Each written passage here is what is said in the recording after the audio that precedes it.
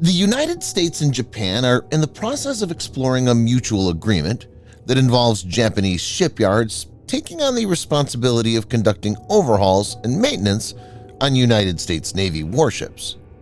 In line with these collaborative efforts, a significant initiative named the Ship Repair Council Japan has been recently introduced by the United States and Japan.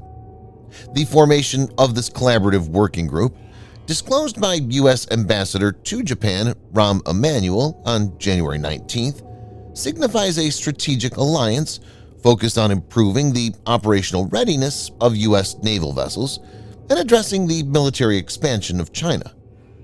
The Ship Repair Council Japan serves as a platform that brings together key stakeholders, including representatives from the U.S. Navy, the Japan Maritime Self-Defense Force, and private companies from both nations. In this video, Defense Updates analyzes how the agreement on U.S. warship repair in Japanese shipyards could have a major impact in the region. Let's get into the details. Before we proceed, a word on NordVPN, which is one of the most trusted VPN brands worldwide that has a no-log policy validated by Deloitte, an industry-leading Big Four auditing firm.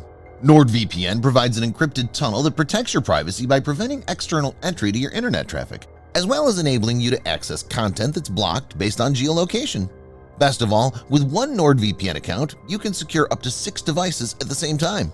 Get an exclusive NordVPN deal with massive savings by going to nordvpn.com/defense or clicking the link in the description. It's risk-free with Nord's 30-day money-back guarantee.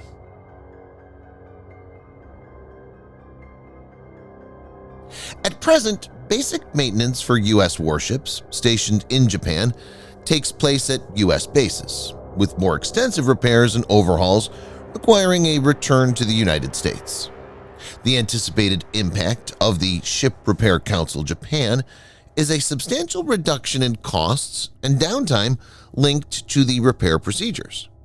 U.S. Ambassador to Japan Rahm Emanuel, announcing the Ship Repair Council Working Group, stated on X, "Keeping U.S. Navy ships in theater and in service strengthens the U.S.-Japan alliance and our joint deterrence." According to U.S. officials, the working group will include the U.S. Navy, the Japan Maritime Self-Defense Force, and private companies from Japan and the U.S. Emanuel expressed optimism about the swift implementation of the initiative and revealed plans for the first event to take place next month. Emanuel said, "We hope to have the first event next month." Chinese Communist Party has tried imposing a unilateral decision as per which all ships and aircraft navigating in the South China Sea area need to identify themselves to the Chinese military.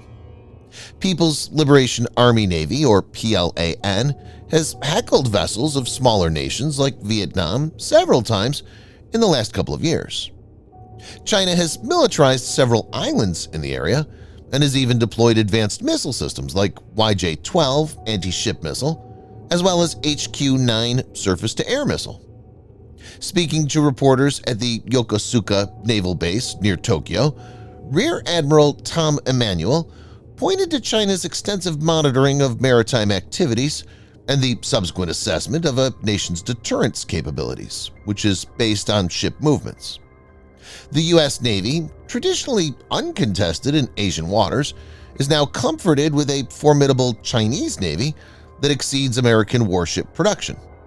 According to the Pentagon's annual report released in October, China has expanded its fleet to over 370 ships and submarines, a significant increase from 340 in 2023, solidifying its position as the world's largest navy in terms of numerical strength. While the U.S. Navy still remains the most potent naval force in terms of tonnage and capabilities, China is expanding rapidly.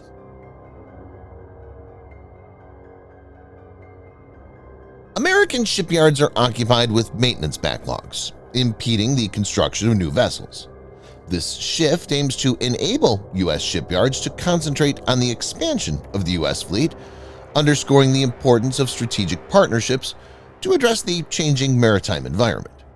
Japan, a crucial ally of the U.S., serves as the site for the largest overseas concentration of American military power. The Yokosuka Naval Base hosts the sole forward-deployed carrier strike group, functioning within the 7th Fleet and overseeing up to 70 ships and submarines. Observers should be aware that Mitsubishi Heavy Industries, a prominent participant in Japan's defense sector, manages commercial dockyards in Yokohama and has previously performed maintenance tasks on United States Navy ships. The U.S. has already made a key accord with India. In 2018, these countries signed an important agreement, the Logistics Exchange Memorandum of Agreement, or LAMOA, allows them to use each other's land, air, and naval bases for repair and resupply. The 2022 U.S.-India 2+2 ministerial dialogue signaled U.S. intentions to assess Indian shipyards.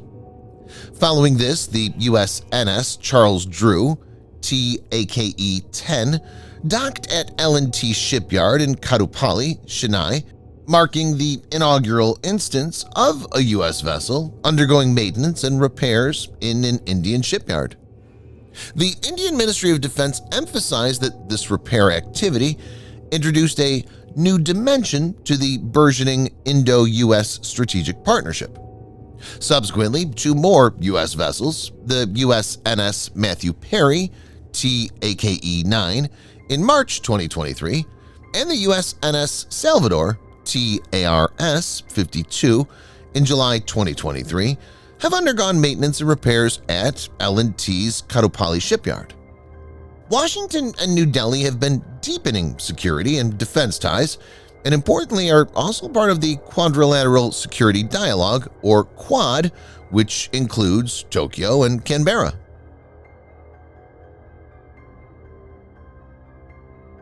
The U.S. political and military leadership is aware of the Chinese threat. The U.S. views China, ruled by the Chinese Communist Party, as the biggest challenge to the rules-based international order, pointing to Beijing's rapid military buildup, the biggest in peacetime history, as well as its claims over the self-governed island of Taiwan and in the East and South China Seas. Increased U.S. presence in the region is the need of the hour. This move expands upon prior repair initiatives carried out by the U.S. Navy in Japan and the Philippines, underscoring a commitment to establishing ship repairs as a steady and crucial element of regional naval operations. Nevertheless, the possibility of outsourcing repair tasks abroad and the potential involvement of foreign shipbuilders raises apprehensions among U.S. businesses and lawmakers advocating for domestic shipyards and their workforce. It remains to be seen how things pan out in the coming days. Subscribe for more videos like this. Hit the like button if you find the video interesting, and kindly provide your feedback in the comment section. This will help us improve.